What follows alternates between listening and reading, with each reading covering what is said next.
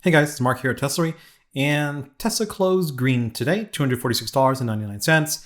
That's a $2.11 gain on the day, or 0.86% from Friday. I would say it's a very unconvincing day for the market, in my opinion. It would have been a great trade if you captured the low, but you had 1 minute to do it, really. If to get around like a 238, 239 price on some shares, he would have had a nice 3% gain on the day almost. So that's really, really good. I do need to keep the video a little bit short. I'm kind of losing my voice a tad bit, so I want to save it for tomorrow. But I kind of drew out some possibilities, and we talked about going into October. Sometimes there's a relief rally. Let's try to visualize that on the S&P 500. Maybe go on a bigger time frame on S&P, and you can kind of see last year where towards the end of the month, last year it bottomed on the last day of September and it rallied about 6%. And that's kind of, we talked about this in the last video, the seasonality video, where it kind of bounced a little bit. And that is common. And what could that look like if it was to bounce? I mean, I would say right now, if you look at the futures, it's terrible. I mean, this is the US 500. It's down over 0.5% already. And we know the Asian markets are not doing so great. So it's not like we're sitting here surprised that the market is really, really weak. And today was just, there's so many people short coming into the weekend. So many people are short. So it kind of makes sense that they would want to scare people out of those positions. Or if they were, expiring that day, none of those shorts worked out really for anybody, except if you caught a couple sharp spikes down that lasted a couple minutes. During the course of the day if you're scalping. But let's say we open down 0.5%. That's about 0.5%. Really, like you might want to try to find a base somewhere around 426, somewhere in that area. Or if we get a fast recovery over the course of the next 1 or 2 days, you might get a move around 2.5% to 3%. So what you kind of want to look for, we had these levels drawn on the S&P, and it's basically at the top and bottom of a small range. And it kind of made sense where it tried to find a base around that point. But really, I think it's not really all that technical, other than the fact that there's so many people that were short. I mean, there were times during Friday, I think, where on an open interest perspective, it was like 4 puts to 1 call, like a 4-to-1 ratio. And from the volume perspective, something like 1.8 contracts are purchased as puts compared to like 1 call, right? So even from the volume, it was very, very bearish. And the goal of today's market was just to try to get people out of that position, I'm sure. But we know, like if you look at the S&P 500 on the daily, we saw RSIs last week that we haven't seen maybe all year. It was very oversold. And a day like this, where it's really not all that impressive, could just be a way to get you slightly out of that oversold scenario, but not necessarily mean it's a bottom. So just kind of be on the lookout for that. We are looking for an entry long. Just to be honest, I'm looking for one. And if you see a red day tomorrow, I'm not saying to go long, but I'm saying is that, just remember, we were talking about last week, and let's go back to Tesla. We were talking about last week, we were saying like, oh, if you ask your friend, where would you go long at? Because we had that 10% move for Adam Jonas, and we kind of consolidated for like 2 weeks and sold off severely. And we're actually below we're below the Adam Jonas upgrade. So that would have been something like $248 a share, and we're $247. And we saw $238 today. We saw $238 today for a brief moment. We had a nice bounce. I mean, really, but it doesn't mean anything, honestly. It's just getting people out of their shorts, right? And so we had people I was saying that I knew people in real life that's like, you know what? Like, I'm going to add at 260. I'm going to add here at 255. Like, this is a good place to add. I'm like, I said 240s, maybe. That's when I would even think about adding. And we're in this area where, I mean, if you were to ask like a Wall Street analyst, like, how do you value Tesla stock and what calculations, for Optimus robot, full self-driving, autonomy, the semi-truck ramp, Cybertruck ramp, like, are you including any of that into the price of the stock? And they're like, I mean, kind of. Like, we just see you as a car company. So that's why the volatile movements to the downside and upside, it's why it's all over the place, because people don't know how to price your stock. No one really knows what to value this thing at, because we can talk all the great potential of an AI, like neural net, full self-driving software, not really software, but maybe like a real world model. But you don't even know when it's coming out. We don't even know what the uptake would be for such a product. And that causes the volatility, because there's really it's fundamentally, if it was to trade on its fun, like on the financials alone, on the profit alone, the profit's not that great. I mean, even for the sector, the auto sector, even though Tesla's margins might be 2.5 times more than your average legacy auto manufacturer's margins, but our market capitalization is, somewhere in the range of like 20 times, 18 times theirs. And so that's the issue. Is like, you guys sell that story to, like, if you want the stock to go up, you really need institutional people to really be behind the stock. And you remember, those institutional people, a lot of them have very poor performance for the year. They're not too keen to go necessarily too long. But we hope that maybe this week we get like a Cybertruck announcement. But there are some other catalysts that we need to look out for too. We have, I think Thursday, we have the GDP number coming out, which would be a revised number. Like, it always comes in a group. So you have the initial, then they revise it for a couple months to make sure that the number is accurate. 2.3 is the consensus on the GDP. And if you see GDP come in a little bit lower than consensus, something like 2.1, 2.0, 1.9, you kind of have to ask yourself, what does the market perceive a weaker than expected economy? How does that affect stock prices? Because if the economy is weaker than what the Fed expects, what institutions expect, maybe they see it in a way that cuts come sooner than September of next year.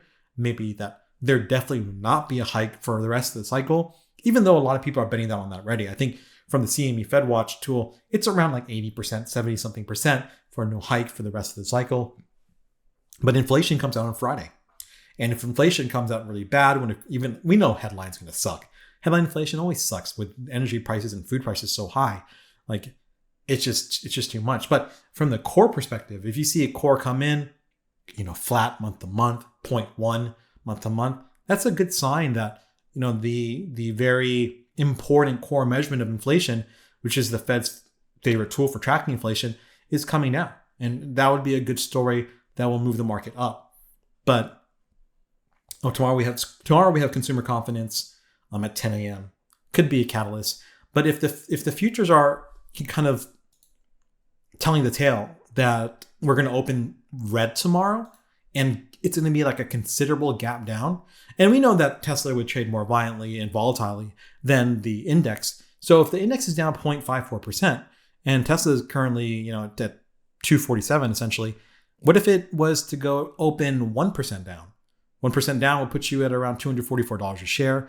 And if it was to sell through the rest of the morning, try to find a base somewhere around that 240 mark, which is just kind of a psychological number, maybe that's an opportunity to position yourself to the upside, to go long with the catalyst of GDP and the inflation report. You would need a little bit of duration on your trade to try to capture that move. But at the same time, we also know that the relief rally into October is not really guaranteed. There's some years where it doesn't happen, where the sell-off it's just a slide into October. So we can't really, I don't want you to count on that relief, even though we had a little bit today. Today was just kind of like resetting it, trying to get people to go neutral maybe at the best case scenario. Though I'm very sure people added shorts during the course of the day for with a little bit of duration, 1 to 2 weeks out, because the odds are in their favor. You can hope for Tesla to diverge away from the indices with some type of catalyst. And the catalyst could be simply, Cybertruck is coming out next week, or Cybertruck is coming out in 2 weeks, or we have an announcement that there's a handover event at least scheduled, and then maybe they release pricing on the Cybertruck. Those are some catalysts that can have a very short term outperformance on Tesla. But you kind of have to use that short term perspective though, because if the rest of the market's selling off, Tesla eventually will catch up to it and start beating it to the downside much more severely. we can look at some price action and maybe kind of give ourselves kind of this way to interpret how Tesla's price action has worked recently.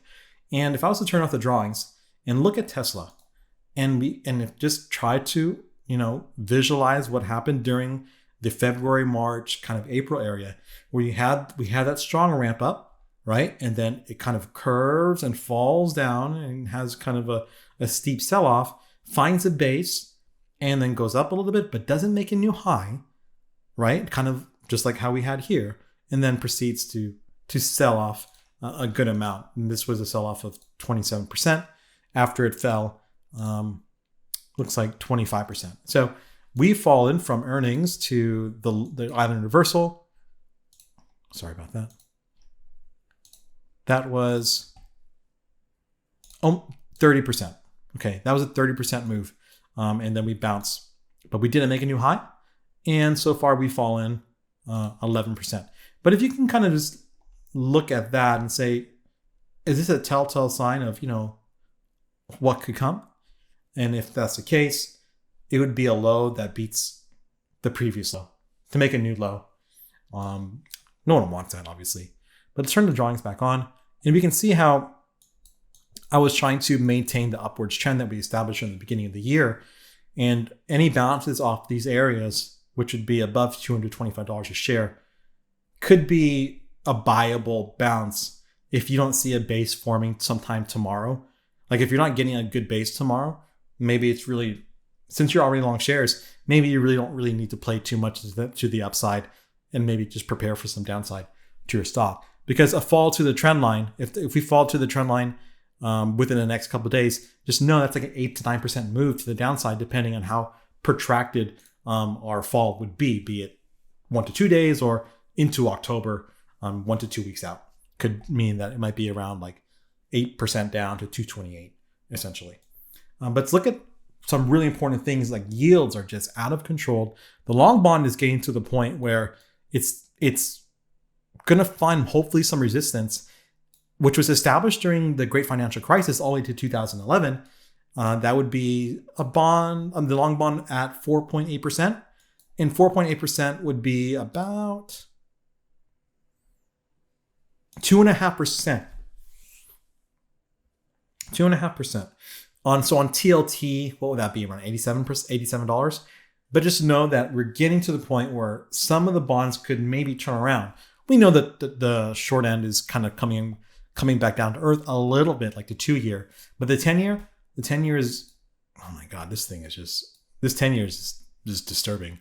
Where you look at the 10-year, you kind of, it shot past the bottom of this kind of range, and we're into this kind of what I would consider kind of like a no man's land, where there's an obvious double top that's around 5% more on the 10-year, and that would be destructive to equities. Even if the long bond was to run up to its the great financial crisis resistance, which was what we said 2.5% from where the long bond is right now, but you don't see much on the 10-year until 5.2%. And that would, like I said, that's really destructive. That's really destructive for equity. And, of course, the very non-profitable stuff and the kind of like the small caps. And what did that mean? Like, we can see some underperformance from the Russell 2000 if we just start creeping up in yield.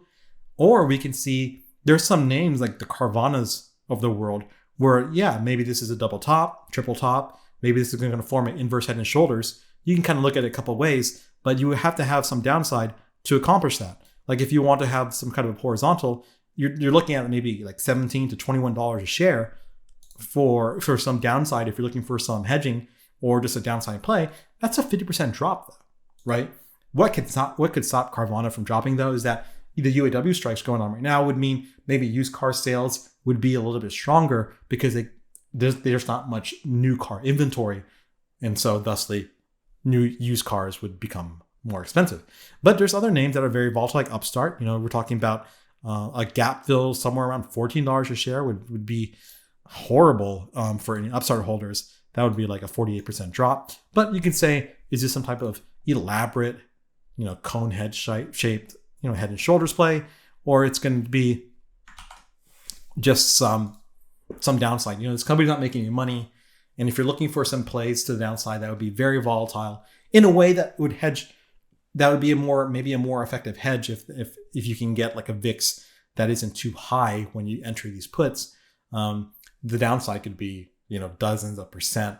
But of course, first and foremost, when you're hedging, you do need to hedge what you have. And so if you have a lot of Tesla, we talked about how selling calls would be a great hedge, and you would have been making a lot of money, hundreds of dollars a contract, I assume, over the last couple of weeks on selling that. So I'll keep the video short today, but just know the futures are still looking really bad. It's about, what time is it in Eastern? It's about maybe 11 o'clock Eastern time. Futures are down 0.5%. Tesla, hopefully this could recover overnight. Maybe this is like a temporary sell-off. But if you see some downside, try to look for some obvious prices that will find a base, like the $5 increments we always talk about, 240, 235, all the way down to 225. Anything that moves up, great. Maybe an opportunity to start hedging when you get to, like I said, those increments, maybe 255, 260, 265, 270. All right. Thanks so much for listening, guys. Good night.